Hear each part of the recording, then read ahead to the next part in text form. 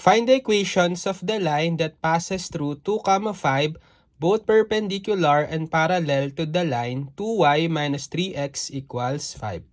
Okay, so dalawa yung hahanapin natin dito. Hanapin daw natin yung equations ng line na perpendicular tsaka parallel dito sa given line 2y minus 3x equals 5 at nagpa-pass through sa 2, 5.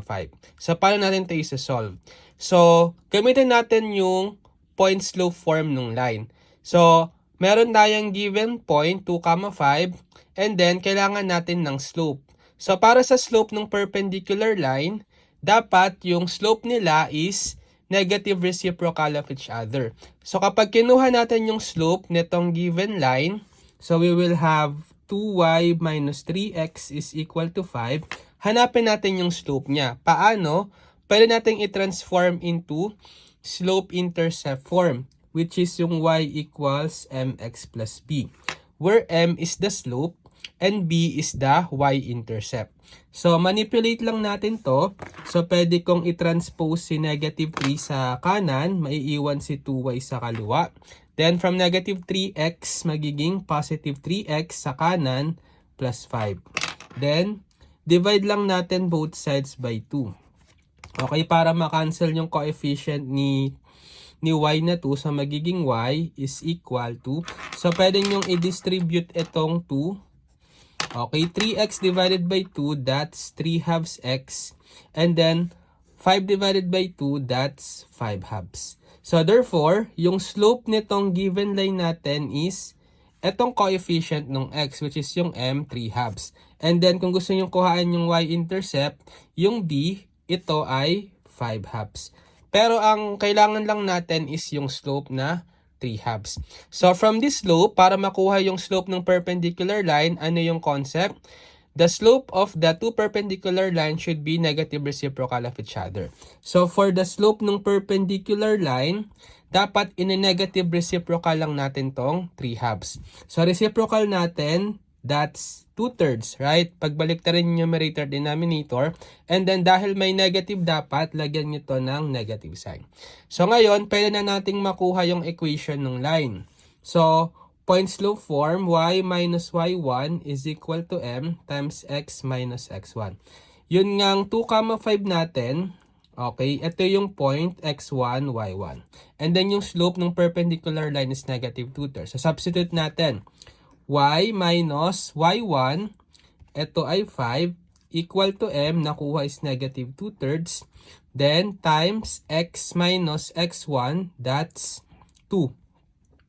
Okay, so pwedeng itong sagot na, or gusto nyo simplify nyo pa, pwede nating i-multiply both sides by 3. Alisin natin yung denominator. So, distribute the 3, magiging 3 times y, 3y, 3 times negative 5, negative 15. Then, distribute din natin tong 3 dito. So, makakancel nyo si 3, right? Matitira is negative 2.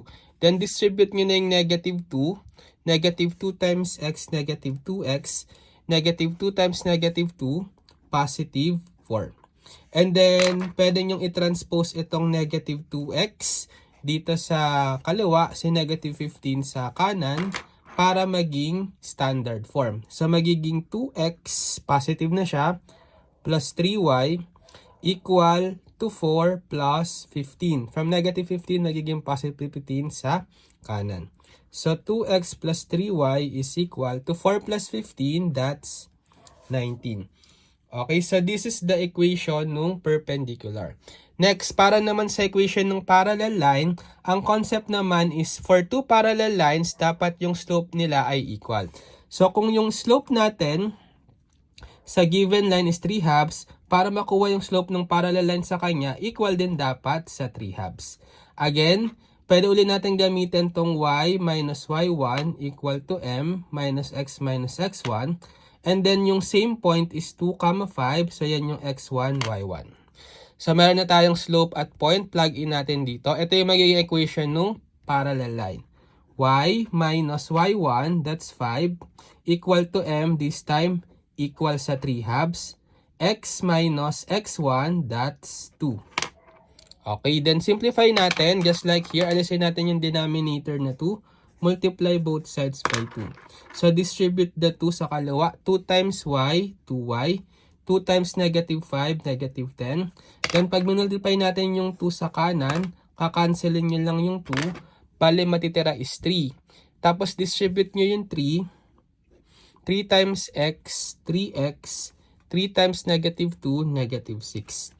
Again, pwede natin i-transform into standard. So, mas maganda, ilipat ko tong 2y sa kanan, transpose. Itong negative 6, transpose sa kaliwa. So, magiging 6 minus 10 equal to 3x. 2y magiging negative 2y. So, 6 minus 10, that's negative 4 equal to 3x minus 2y. Or pagbaliktarin nyo, 3x minus 2y is equal to negative 4. So, ito yung equation ng parallel line.